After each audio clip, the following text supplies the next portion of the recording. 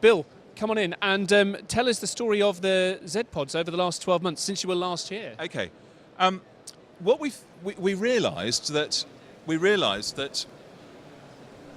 young people had absolutely no chance of owning a home, particularly within the M25. And when I saw my daughter's skateboarding magazine have a off-grid home on the cover, I knew that Generation Z wanted a new kind of solution. So we looked at how we could give everybody a zero carbon home, super small, super affordable, and place it above existing parking lots. Put a solar farm over the top, and here's the solar farm.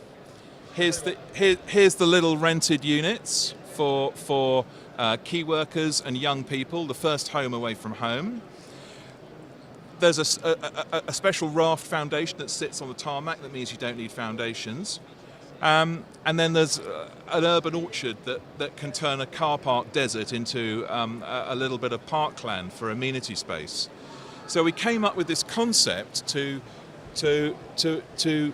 make really the smallest home in the UK. It's one parking bay wide and 2 parking spaces long, with a front access deck and its own little balcony. It's got its own bathroom, little tiny kitchen, sofa, and a bed upstairs. So instead of sitting in a grotty bedsit somewhere, you've got a little bit of dignity and a little bit of privacy.